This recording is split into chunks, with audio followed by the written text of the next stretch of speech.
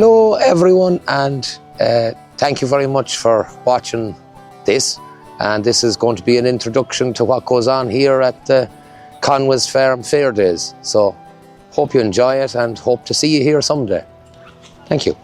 Jay McGlinchey from Donegal, Inishowen Peninsula. I do this for a hobby. I do this at night rather than watch TV. That's what I do. I just do this as a hobby, and I need somewhere to sell my products. And there was a thing on today and I just went to it. This is my second time here. What I'm selling, the first product I come up with is a thing for taking off boots.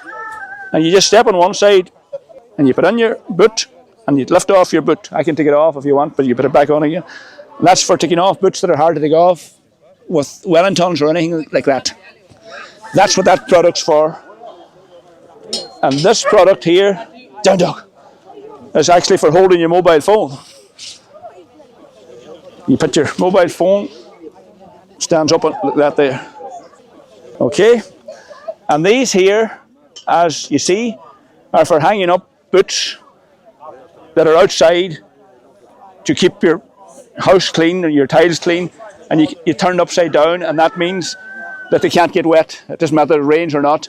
And these are made with horseshoes, and they're made from tensile steel, and they don't rust. They'll be there mostly for a long time. There's a brush hangs on the end of it to clean your boots before you put them up, and then when you go to put on your boots are clean. These are handmade blackthorn sticks, different types of them, and this is sheep crook.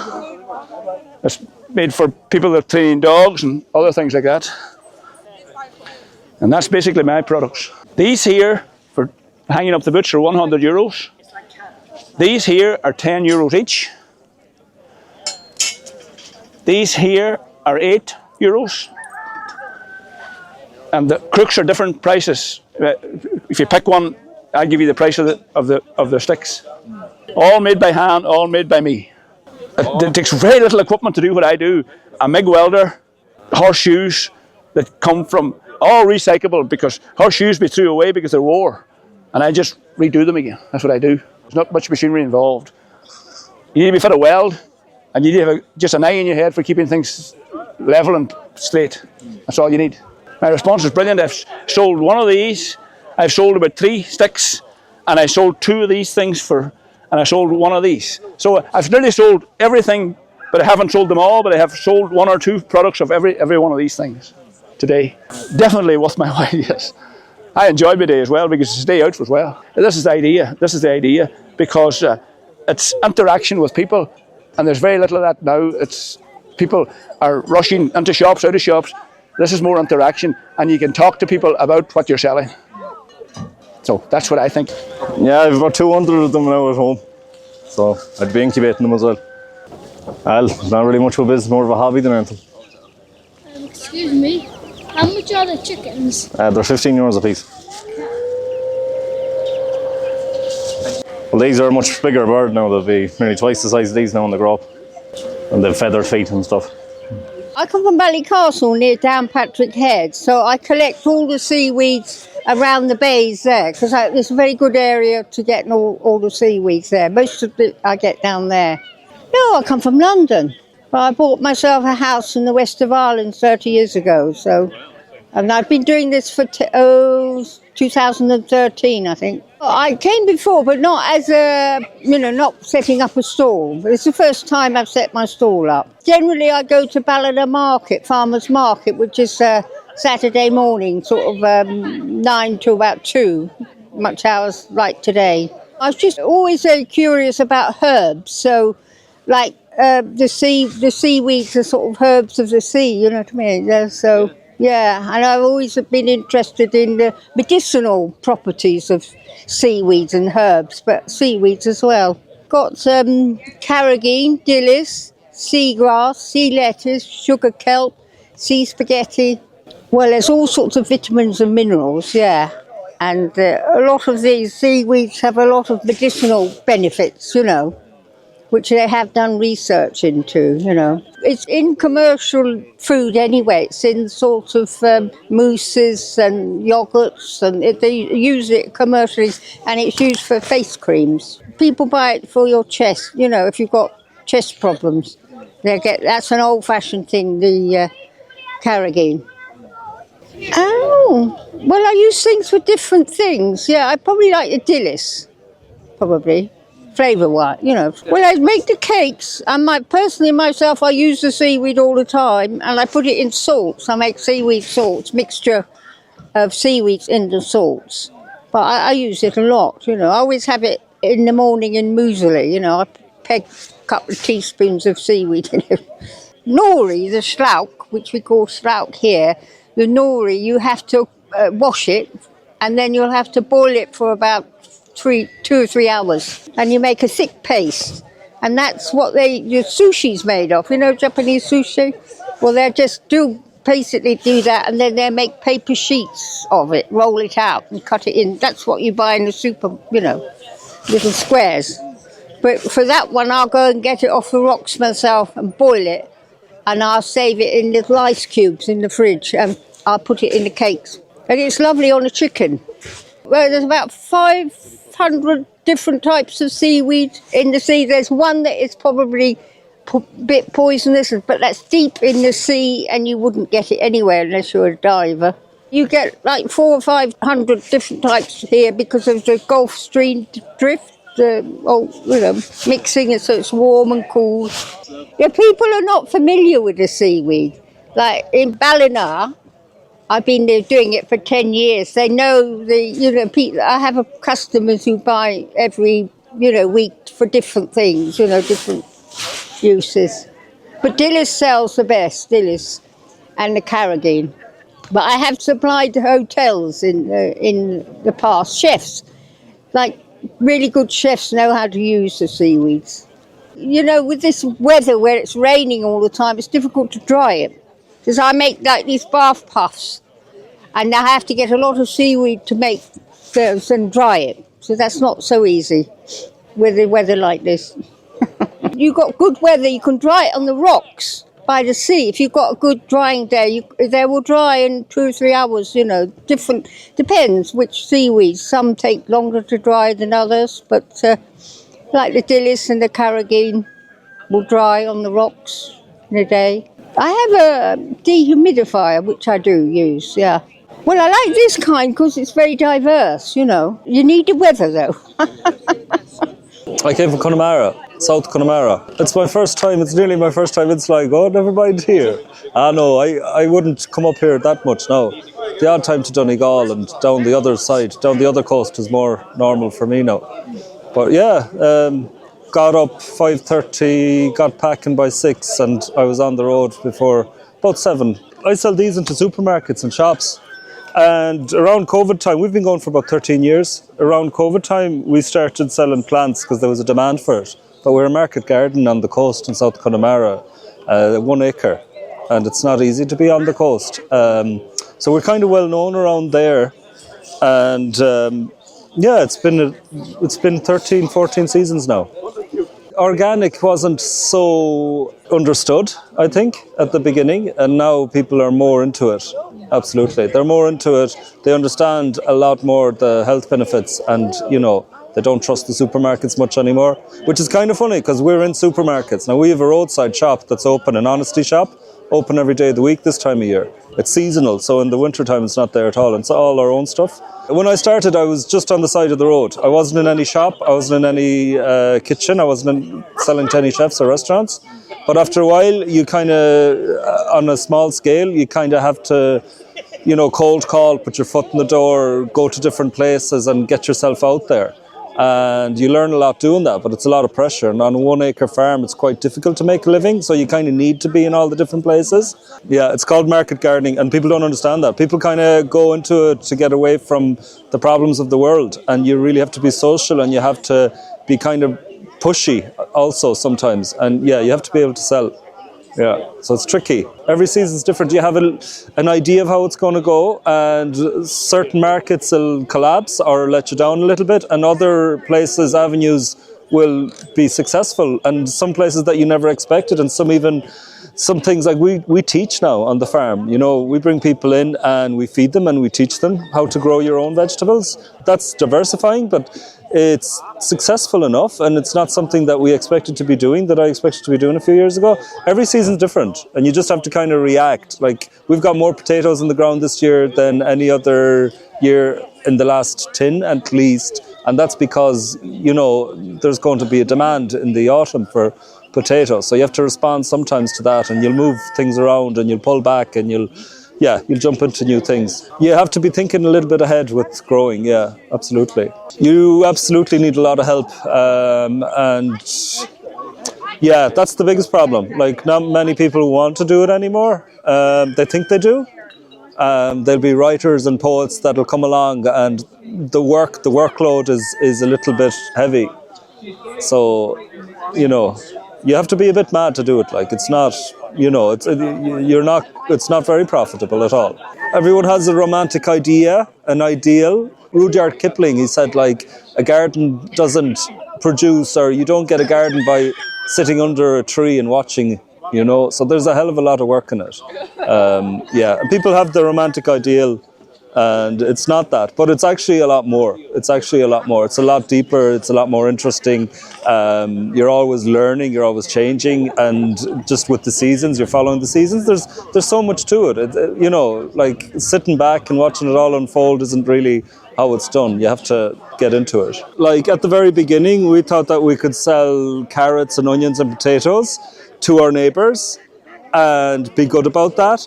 But we couldn't. The demand couldn't be, like, we couldn't sell for the price that they imagined we could go to. Like, it was impossible. So we started going more into salads, and then we had to go into shops in order to get that amount of salad and make it profitable. The shops and the salads are so much more straightforward. They're not as dependent on the weather as some of the other crops. And on a 1 acre farm without machinery, you can't really be going into potatoes, onions and carrots in a big way, and cabbages. So you're going to let people down. Like, the first few years, after a while, we were letting down some of the older folk in the neighbourhood that wanted big cabbages and potatoes and parsnips and all the rest. But you can't really do that on a 1 acre farm, so you have to adapt. I don't sell my root crops, my carrots, my onions. I don't sell them into supermarkets. I just grow salads and kale and rocket into supermarkets. And the margin, it's a little different, and we don't lose out. We do sale or return, so you go into supermarket, something doesn't sell, it's coming back at you. So that's kind of the reality of it. That's nearly why they're taking you in the first place.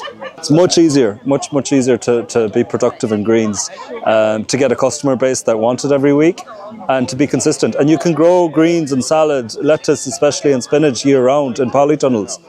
Yeah, so we invested in polytunnels 4 or 5 years ago, and we lost 3 out of 4 tunnels from Storm Ewan, which is nearly a year and a half ago now.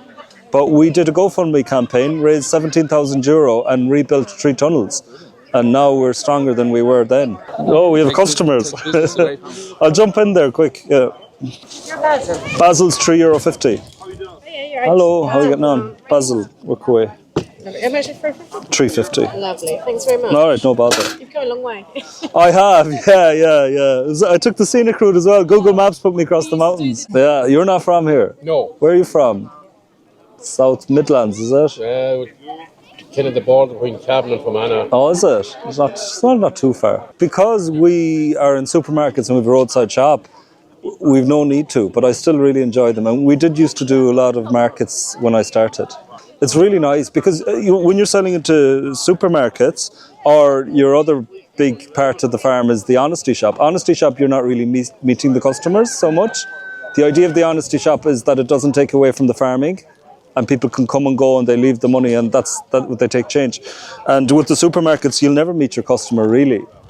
So this is kind of the only instance where you're, even with the chefs, and we sell a lot to chefs, they're busy people as well. You don't really get to talk to them. So this is the one instance almost. This is my 3rd of 4 big market days kind of this year. I do the Innis Garden Festival, and I do the Limerick Garden Festival. And then I'm going to the Farming for Nature, because I'm a Farming for Nature ambassador in the Midlands, so I'm going to go there to the Farming for Nature festival. Yeah, I believe in that. Yeah, they need to happen. There should be one of these in every county, like, you know, really. Like in America, they've got a lot of markets similar to this, but like this market's really cool. I haven't seen one person in a high vis today. There's no pressure. It's a market kind of for the people, by the people, so it feels really natural, and you can see everyone's quite happy making their way around. It's it's really cool. I'm Gary Glasses on Instagram and Facebook. We do a lot of courses, so we do a lot of advertising. I was born and reared in Sligo, but I'd be over at Ballindoon, if you ever heard of it. It's near the lake Loch Arrow, Highwood Mountains. That's where I came from, but I'm living out in a place called Kilmovee. It's outside, it's in County Mayo, but it's on the border of Roscommon. Since I was knee high, I was working with horses. We had them at home for doing all the work when I was young. And that's where I'd have learned a bit. I did learn. At the time, I didn't want to see them. I wanted a tractor. But I eventually got a tractor. But I loved the way the horses would talk to you. You know, if you were working a horse, he'd do everything you tell him, you know, if you have them well trained. I'd be fond of horses. I just loved them. If you look on YouTube, you see the love of horses. And you see me working these two now with different, we done ploughing and mowing and things like that, you know. This is Ned and this is Ted. And this lad now, he's 13-year-old and Ted is 12-year-old. But I have been working them since this guy was a year and a half old and the other guy was only a foal. But I'd have been working them at ploughing matches, you know, but I work them at home. Like I do the mowing and I do different types of work, like chain harrowing and all that sort of work, carts, and I have a wagon. Going back 4 years ago now, I drove them from Mayo to Cork. It was for a fundraiser. So they're well used to of being brought out, you know. But you can never bring one of them on his own, you have to bring the two. Because he's bonded together, like if I take him away, he won't settle down when the other guy isn't well. So they're just fond of other, like, you know. Very social, aye. He has the habit of pawing the ground. They're the same breed, they call them Shire drafts, but they'll be from the southern counties of England, like, they were bred. There are a few people here in Ireland breeding them now. There's one chap up outside Dublin, up in he'd be up in outside Swords and North Dublin, and he'd be breeding a few. He has his own stallion and that. But a lot of people had Clydesdales in the north of Ireland, but the Shire never much came. Now there was an odd stallion, and they breed them with Irish draft mares they had here, going back in the 50s and the 60s when they were working them. They bred them, and the Shire has a great temperament, and he really, there's no badness in him. He'll never do any wrong, you know. But they can frighten at different things now, and you have to be careful when you're in charge of them, that you're working them, that you're looking out for these things, like, you know. He's huge, aye. I'd say safe enough that he's the biggest horse in Ireland. He's 19-1. I have to sort of bring him everywhere along with this fella. I never seen a horse any bigger than that now. I'm around a long time. Like, there'd be bigger ones in England probably, you know, but they're generally, the Shire, you'll get them between 18 and 20 hands, where the Clydesdale you'll get them between 16 and 18 hands. But the Shire seems to be taller. They were bred in England, while the Shire and the Clydesdales, I suppose, they were the big engines going back in the early 1900s, like that. They said they came in around 11 or 1200. They came in from Germany to Dover and Hull. They built the docks, and they really never, when the jobs were finished, like, it was all horse work that time, and they didn't bring them home. So whatever horses went up to Scotland, they called them Clydesdales, and everything they stood in the south of England, they called them the Shire county, so they were called Shires. But they're much the same breed. They call them a draft, and the reason they call them a draft horse is that they'll pull, the draft is the chains. See, these chains, that they'll work between the chains. Like, that was the idea. And the Irish draft, like, it's only a name too. Like, you know, back in the, like, 100 years gone by, like, they had gentry here, like they had the big estates, and they keep a thoroughbred horse or what they call a driving horse that time for the carriage. Someone might have a stallion, so all the farmers would bring their mare, and what they were aiming for was something livelier than the working horses. He'll travel all right, but he's slow. But like if you got into a lighter horse, you'd be able to trot.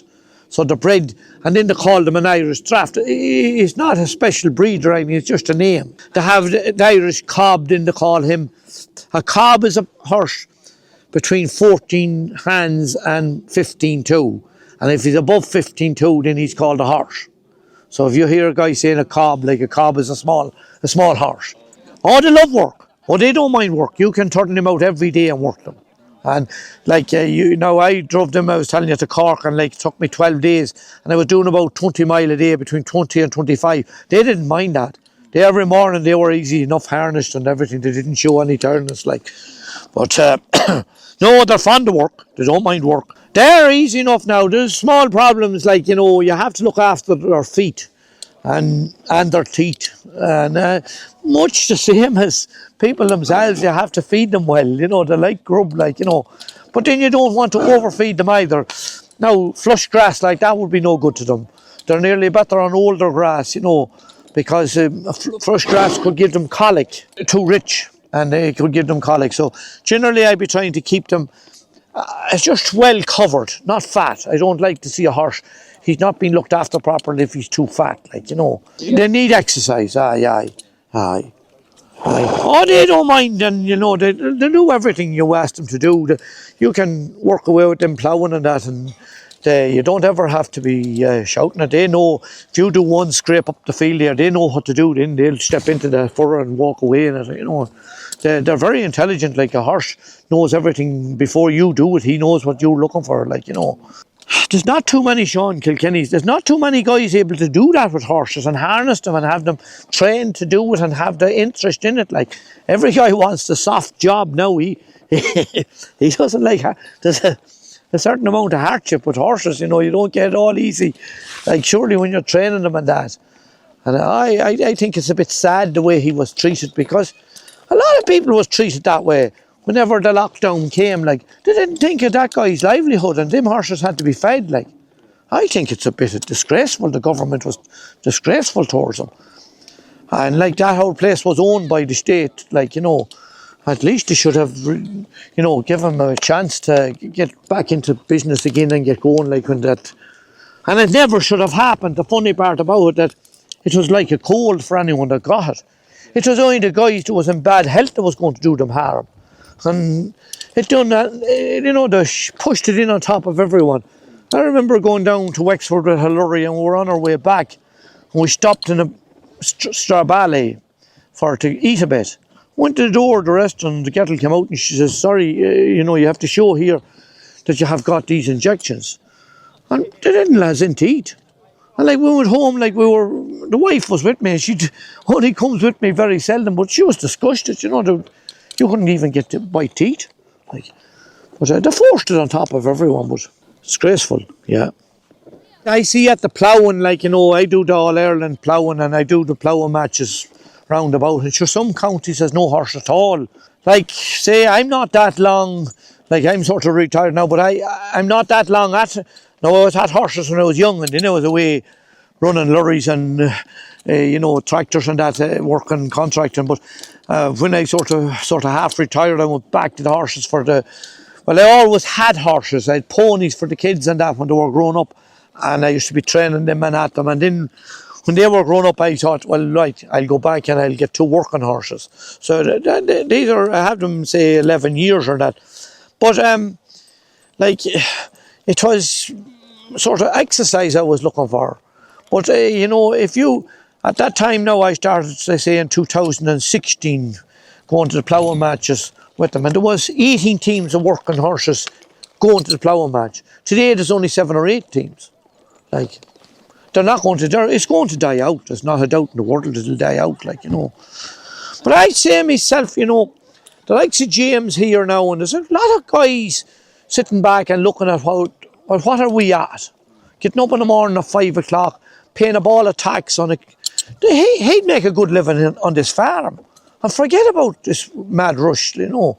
And I be saying the same, like, you know, what did we work 50 years for? Worked hard and paid taxes and, you know, kept the country going, and you'd laugh. Like, I remember back in the 80s, there was a factory in Ballyhonest, it was owned by the Pakistanis, there were halal meats, and we were going to the continent, and if EU brought in a new scheme, like, when we were going to Italy, we'd have to buy a permit for every country we went through. We'd have to buy a permit for England, and we'd have to buy a permit for France, and another one for Italy. If you were coming back, if you went into Belgium. And McSharry, he was Minister for Finance, I think, at the time. And they brought out this new thing, a pink book, and you just get it stamped. Like, this was before the borders came down. Yeah, and I remember looking, and the government, they were 100% behind me. He was a fella by the name of John Wilson. And I told McSharry about it. Oh, he said, we'll get the Minister for Transport onto that straight away. And they had it for me in a matter of 2 weeks.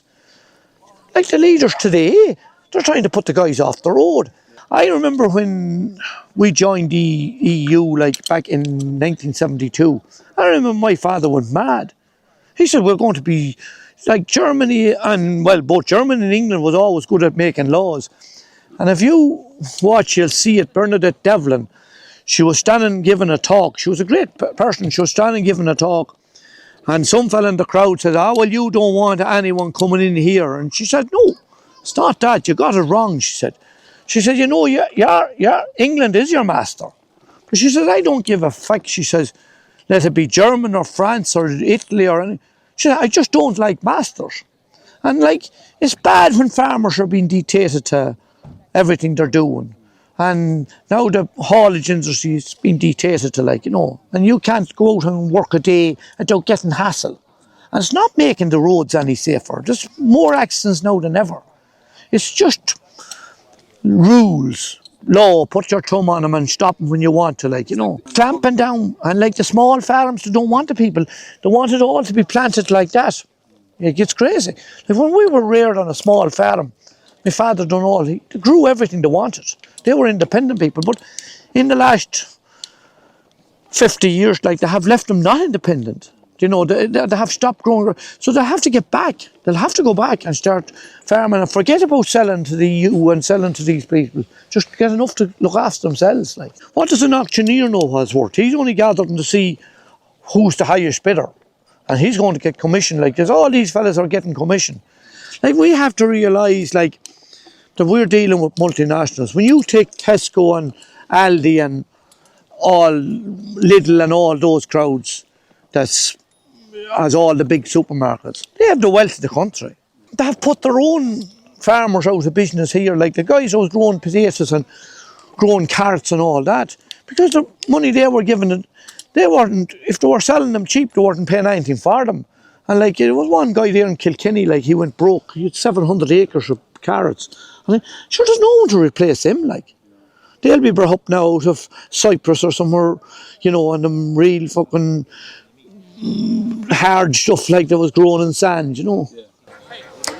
My favorite is like lemon balm, mint and blueberry, but this one is too strong. Is that alcohol? Nope. No. No, it's kombucha. He's the best seller ever, not me. I'm making the solution. The rest, it's the art of Scooby. My is intention and just trust to the Scooby do the rest. Oh, and that's it. Homemade stuff. We just discovered this market and we can try. And we are slowly going into it. yeah, it was just my heart and my friend. She said, "Oh, go to the market with this. It's super stuff." And I said, "Okay, I will try." And we're not selling like, you know, because we have to. No, I just want to share my stuff and intention. Just like a good health and making something organic. I'm discovered the Scooby from my friend, and she said, "Oh, you can taste." And I said, "Okay," but it was something not like I want. Then I start to prepare my own solution. If someone wants to buy, there is a phone number, and you can contact with me, and I'm with the Green Heart Network, Kinnegreek Glass it's called, and it's not an organisation, it's like a group of us, 3 of us just started to try and build a network of all the different really good groups. Like this group is part of the Green Heart Network, there's 2 or 3 groups in Roscommon, there's a group in most counties in Ireland now. So it's just to build the links between the groups so that everybody knows where the other groups are. And if you get onto our email address, which is kenna@protonmail.com, and we can direct you to whoever's your nearest group, that's into natural living, growing, minding yourself, all those kind of things. It's actually kind of more a natural living group, anything to do with any kind of natural living, building community, spiritual growth, anything that's natural, that's what we're into. And just to find all the groups, and there's the most amazing people all over Ireland. Like until you go out looking, you don't realise it. It's just absolutely fantastic. And we recognise each other by these green hearts, which we give out to people when we meet them. And then we have these green heart stickers. James has one in his car. So he said he was driving down the street one day and somebody was waving and he was like, I don't even know that person. And then he said, oh, yeah, it's the green heart on my windscreen, What we basically do is we're just encouraging people to make their own groups, so like we might go along if somebody wants to start their own little group, we go along and explain to them how the other groups are doing. Some groups are to do with natural health, some groups are to do with growing, some groups are to do with just finding the good food in their area, or it can be anything basically that's good for you, and also really about building community. That's the really important thing, which this is amazing. This fair day is amazing for that. James is doing great work building community. So we're just kind of, that's what we're basically doing. So I said it's not an organisation. We're just encouraging people to set up little groups. Even 3 people. Well, some groups meet once a week, some groups meet once a month, some only meet 3 or 4 times a year. It depends, And there's James's place here is a great hub for this thing. And then I bought land in Leitrim last year. So I have 37 acres there. I'm starting a learning centre for all kind of natural living over there. And then there's one in Cavan, Riverside Farm, and they've already done that. They started a couple of years ago. So they have this big barn and they run things there, talks about various things. I actually just got a polytunnel. I'm having my first event next Saturday. It's a workshop. My nephew does the teaching people how to do the Korean natural farming. So I'm having that next Saturday. So that'll be my first event. It's definitely getting back to people meeting up again. And even, like we say for instance, in Leitrim, Roscommon, we all know on a Thursday morning there's an organic market in Carrick and Shannon. So we kind of all there. It's an unofficial meeting place, meet there and have the chat and get our organic veggies and whatever. So yeah, no, it's definitely growing, and there's nothing like meeting in person, and you don't know what you're buying when you're buying online, yeah. It's great. So if you want ducks or chickens or goats or anything, pigs, I saw somebody going down the road with 2 pigs. I bought plants for my polytunnel and I got a good few of those. I bought my organic veggies down from Rob and Emma. And I bought an old cast iron postbox to put on my gate, and a bell. I bought a bell. Successful day out. Yeah, so it's kind of like it does what it says on the tin.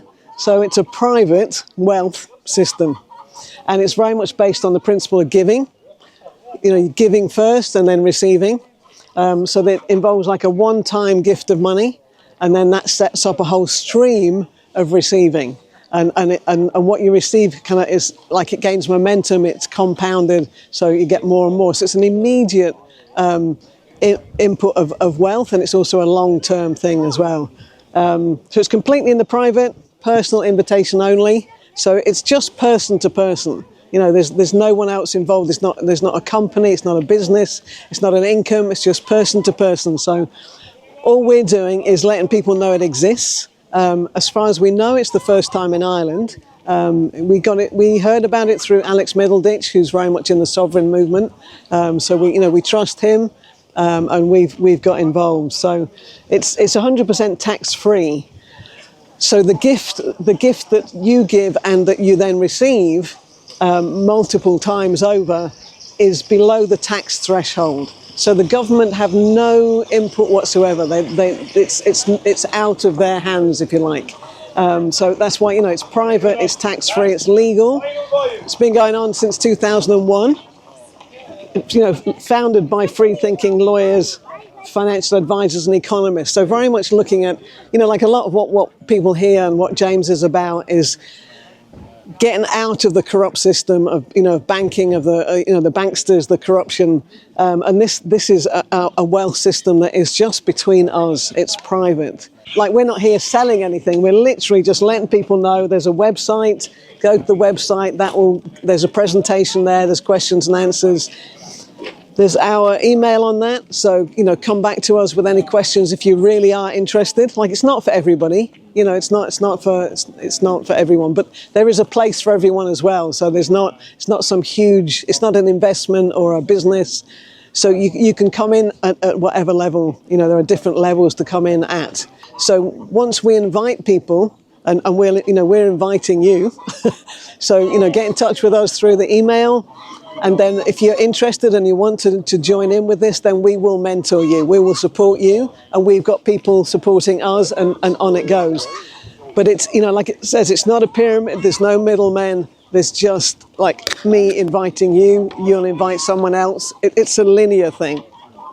So it's completely equal opportunity. Like, I can come in now and have the same opportunity as someone who started in 2001. And it very much depends on how much, like, what's your desire to change.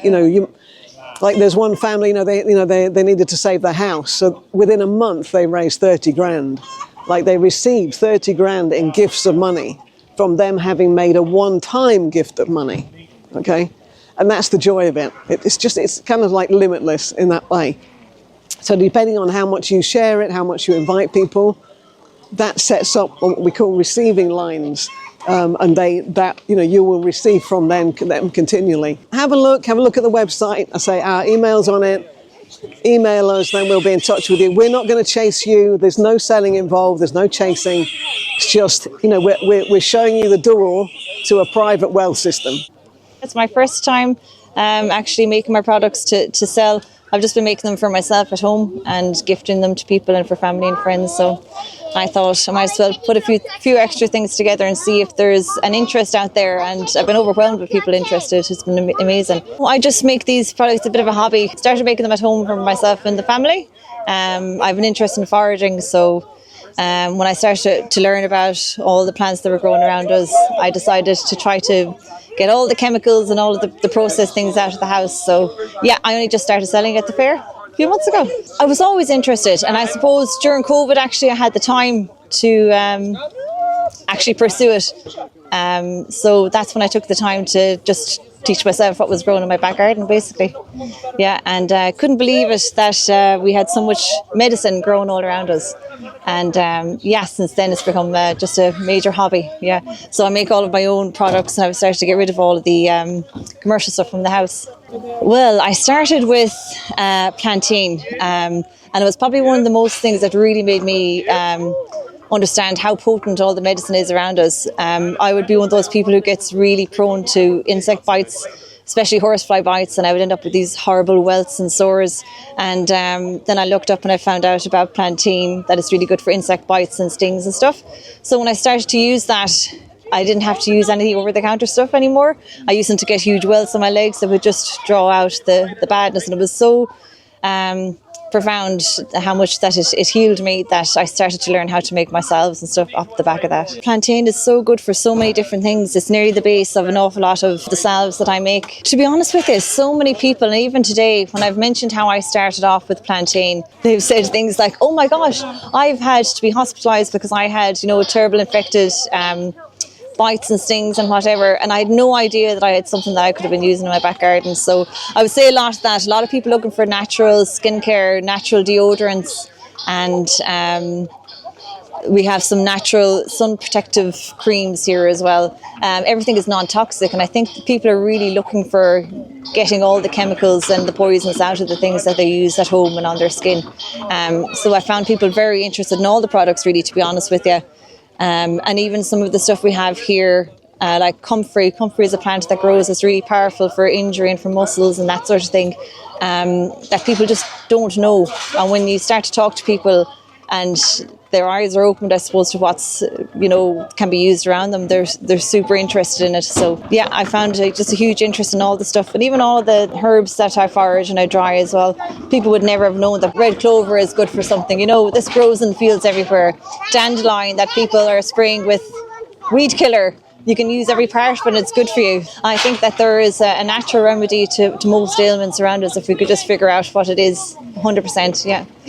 Yeah, you'll often find that you might be in need of something and all of a sudden you'll find it growing close by. Like me and the plantain, I mean, it was something that was really, really interfering with my life at the time because I couldn't go outside without getting absolutely eaten by them. And plantain was one of the most herbs that was growing around my garden. So to think it was right there in front of me all the time. Well, we have some natural things that have natural SPF, but there's no big pharmaceutical companies or anything like that have done the studies on it to show how strong it is. But raspberry seed oil and carrot seed oil, they all have natural sun protection. So I use them in a little balm that I make here with tallow and shea butter and coconut oil. And it's all natural and nourishing for the skin.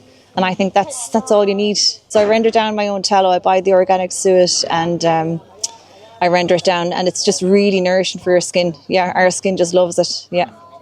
So I use that in a lot of the different products, and especially for the face balms as well. Yeah, so if I was infusing the plants and oils, it does take about 4 to 6 weeks. You can do it over very low heat as well if you were short. The best way and the most traditional way is to infuse your oils in oil over 4 to 6 weeks.